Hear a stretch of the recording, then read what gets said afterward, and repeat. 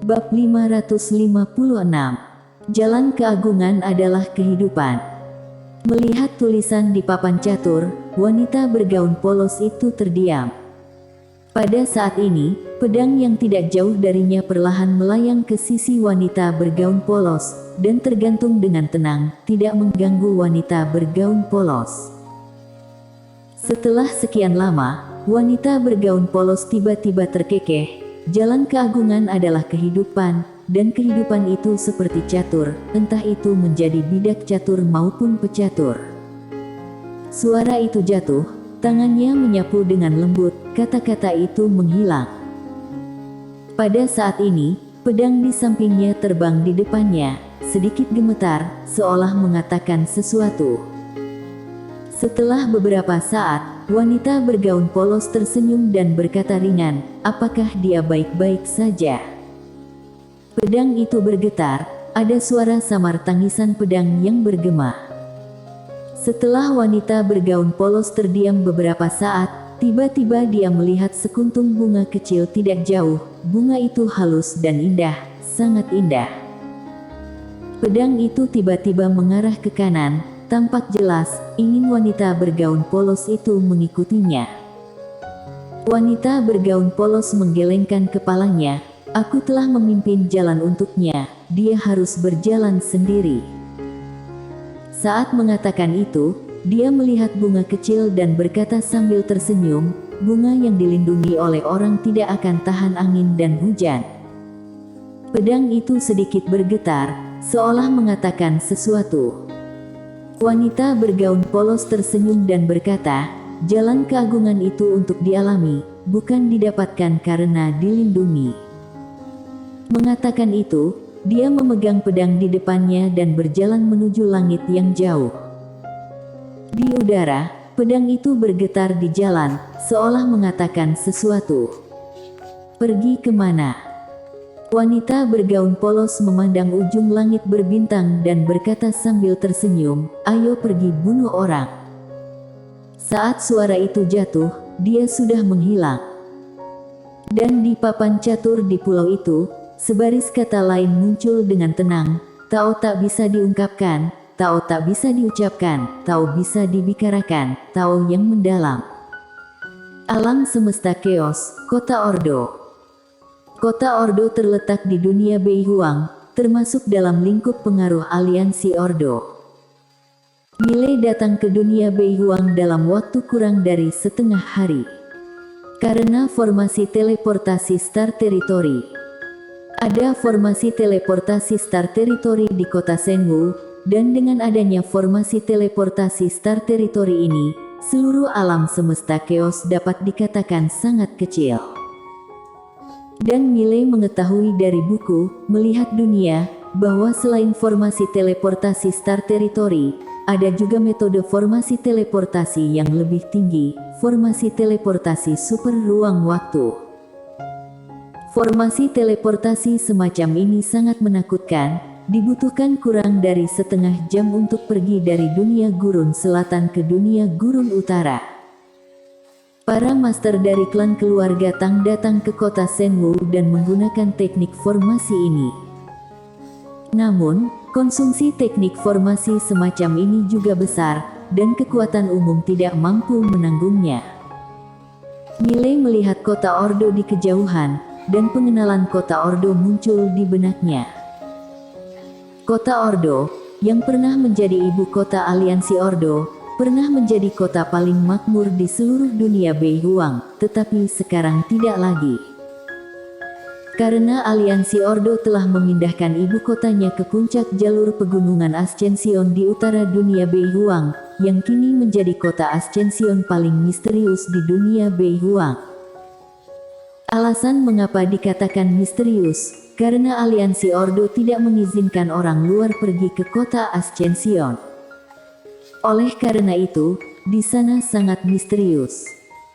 Dan kota Ordo, meskipun bukan lagi ibu kota aliansi Ordo, kemakmuran di sini masih belum berkurang.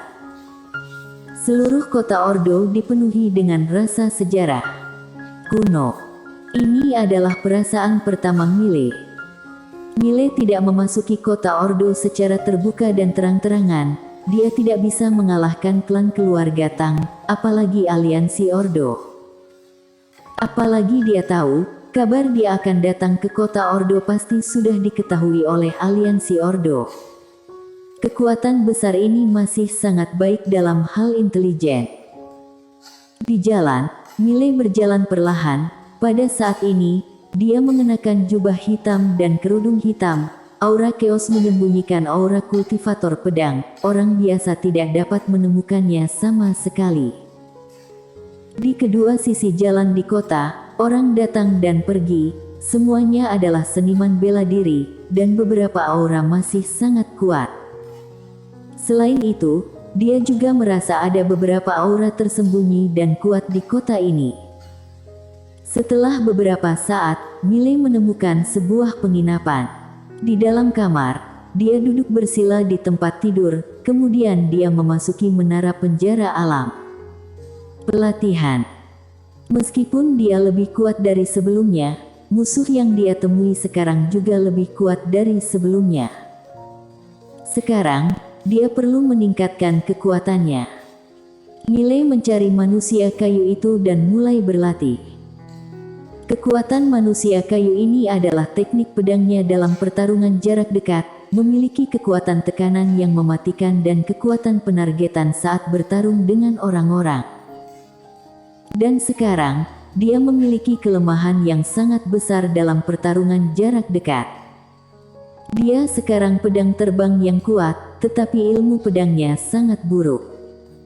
Mile mulai berlatih melawan manusia kayu dengan pedang kayu.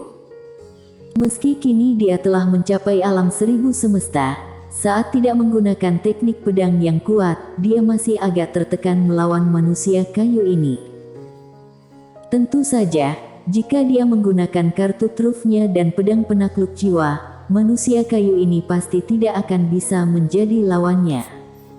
Mile berlatih seperti ini, lagi dan lagi. Keesokan harinya, Mile tiba-tiba merosot ke tanah. Dia telah berlatih keras selama 6-7 jam, dan harus dikatakan berlatih melawan manusia kayu ini sangat menyenangkan.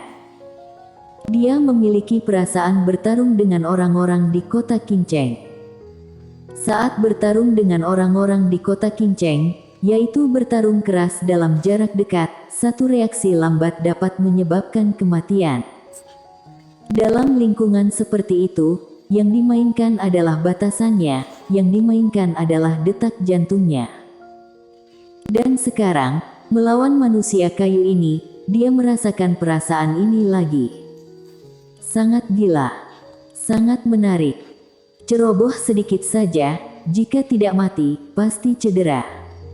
Setelah istirahat sejenak, Mile berdiri dan mulai berlatih dengan manusia kayu itu lagi. Di dalam menara penjara alam, Mile berkultivasi dengan gila-gilaan, sementara Kaden tidur nyenyak. Bagi monster seperti mereka, tidur adalah pilihan terbaik. Dan Lily masih menanam buah spiritualnya. Sekarang, dia memiliki ratusan pohon buah spiritual. Jika buah spiritual ini dijual, harganya pasti tinggi. Bisa dibilang selain beberapa harta alam keberuntungan itu, Mile tidak sekaya dia. Namun, si kecil ini menganggap buah spiritual lebih penting daripada nyawa. Mile bahkan tidak berani menjual buah spiritual si kecil ini. Si kecil ini akan menggila. Lily telah menempati lantai kelima, dan segera, dia datang ke pintu masuk lantai 5. Dia menyeret dagunya dengan kedua tangan dan melihat ke lantai 6, berpikir. Dan di sampingnya, ada sebilah pedang. Dia mengambil pedang itu beberapa kali dan berjalan ke pintu masuk lantai ke-6, tetapi dia sepertinya mempertimbangkan sesuatu, dan akhirnya menyerah untuk sementara waktu. Tentu saja, hanya sementara. Dia berbalik dengan pedang di tangannya. Lantai ke-6 tiba-tiba terdengar suara, gadis kecil ini sedang menghitung apakah bisa memukulku atau tidak. Hari ketiga, Mile terbaring di tanah. Pada saat ini, seluruh tubuhnya basah kuyup. Tidak hanya itu, tetapi ada puluhan tanda darah di tubuhnya. Pada saat ini, Lily datang kepadanya dengan 2 buah merah, dan Lily menyerahkan buah itu kepada Mile. Mile juga tidak segan, ambil dan makan. Buah memasuki perutnya, energi spiritual murni berpancar di tubuhnya. Segera, luka di tubuhnya pulih dengan kecepatan yang terlihat dengan mata telanjang. Mile terkejut, dia melihat buah di tangannya dan berkata dengan heran, "Ini, buah apa ini?" Lily berkedip, "Buah merah." Mile. Lily bertanya, "Apakah enak?" Mile mengangguk, "Enak." Lily menunjuk ke lantai 2 dan berkata dengan penuh semangat, "Masih mau? Aku punya banyak." Sudut mulut Mile berkedut sedikit. Buah di tangannya ini pasti lebih berharga daripada kristal abadi, karena kemampuan pemulihannya terlalu menakutkan. Pada saat ini, Lily tiba-tiba mendekati Mile dan berbisik, "Kapan pergi ke lantai 6? Sudut mulut Mile berkedut lagi, si kecil ini belum menyerah pada pemikiran ini. Namun, dia juga sedikit penasaran, kapan lantai 6 buka. Mile mendongak, "Senior, bisakah kamu keluar dari menara?" Lantai ke-6 berkata, "Tidak untuk saat ini." Mile sedikit bingung, "Kenapa?" Lantai ke-6 berkata, "Di luar berbahaya, tinggal di sini lebih aman." Wajah Mile penuh garis hitam, "Senior, apa kamu bercanda?" Lantai ke-6 mendesah pelan, "Aku tidak bercanda denganmu, di luar sangat berbahaya. Jangan khawatir, aku tidak akan terus di sini bersamamu, aku akan keluar saat waktunya keluar." Mile ragu-ragu sebentar, lalu berkata, "Senior, kamu telah dipenjara selama bertahun-tahun, kamu tidak marah?" Lantai ke-6 tersenyum dan berkata, "Kamu ingin bertanya, kenapa aku tidak menargetkanmu?" Mile menyeringai dan mengangguk. Lantai ke-6 berkata, "Pertama, orang yang mengurungku bukan kamu, tapi menara ini. Meskipun aku ingin membalas dendam, aku akan membalas dendam pada menara ini. Membalas dendam padamu adalah penampilan ketidakmampuan." Mile bertanya lagi, "Senior tidak menginginkan menara ini?" Lantai ke-6 tersenyum dan berkata, "Menara ini dan bahkan harta karunnya, bilang tidak tertarik, itu palsu. Namun, menara ini bukanlah sesuatu yang bisa aku miliki. Menara ini memiliki sebab dan akibat yang besar, dan di masa puncakku, tidak tahan sebab dan akibat ini, apalagi sekarang. Jadi, jangan khawatir, aku tidak akan memiliki pemikiran terhadap harta karun ini." Mile menggelengkan kepalanya dan tersenyum, senior memahami kebenaran, junior mengaguminya. Dia benar-benar mengagumi master seperti ini, mengerti apa yang harus diambil dan apa yang tidak boleh diambil. Mampu mengambil, mampu melepaskan, ini benar-benar bijaksana. Tentu saja, bukan dia tidak ingin melepaskan sekarang, tetapi dia tidak bisa melepaskannya, menara penjara alam sudah mengandalkannya. Lantai ke-6 berkata lagi, "Sebenarnya, sebab dan akibat menara ini di luar kemampuan kamu untuk menanggungnya, tetapi kamu bukan orang biasa, dan ada orang-orang kuat di belakangmu yang menghalangi sebagian besar sebab akibat dan efek ini untukmu. Jika tidak, kamu juga sudah inkarnasi sejak lama." Mile tersenyum dan berkata, "Tidak peduli apapun itu, aku berharap bisa beradaptasi baik dengan senior." Lantai ke-6 berkata, "Itulah maksudku, meskipun kamu dan aku tidak dari zaman yang sama, tetapi temperamen kamu cocok denganku, jadi kita harus bisa beradaptasi dengan baik." Mile ragu-ragu untuk berbicara. Lantai ke-6 berkata, "Apa yang ingin kamu katakan?" Mile bertanya, "Senior, jika aku mengumpulkan 9 aturan Tao, apakah benar-benar mengendalikan menara ini?" Lantai ke-6 berkata, "Tidak mungkin." Mile bingung, "Kenapa?" Lantai ke-6 berkata, kekuatanmu tidak cukup kuat, dan kamu tidak akan pernah bisa membuatnya benar-benar menyerah kepadamu. Mengumpulkan aturan Tao, hanya bisa bilang kamu bisa menggunakan beberapa fungsi menara ini, dan mengendalikan kami para tahanan ini. Milei sedikit mengangguk, aku mengerti. Pada saat ini, lantai ke-6 berkata, apakah kamu ingin melihat lantai ke-7? Milei tertegun, lalu berkata, bisa lihat. Lantai ke-6 berkata, bisa, aku bisa merasakan bahwa segel lapisan ke-7 sudah longgar, dan aku bisa menggunakan kekuatan supernatural untuk membiarkan kamu melihat lapisan ke-7. Pada saat ini, Lily tiba-tiba berkata, lihat, cepat lihat. Milei memandang Lily, Lily mengedipkan mata, ada harta karun.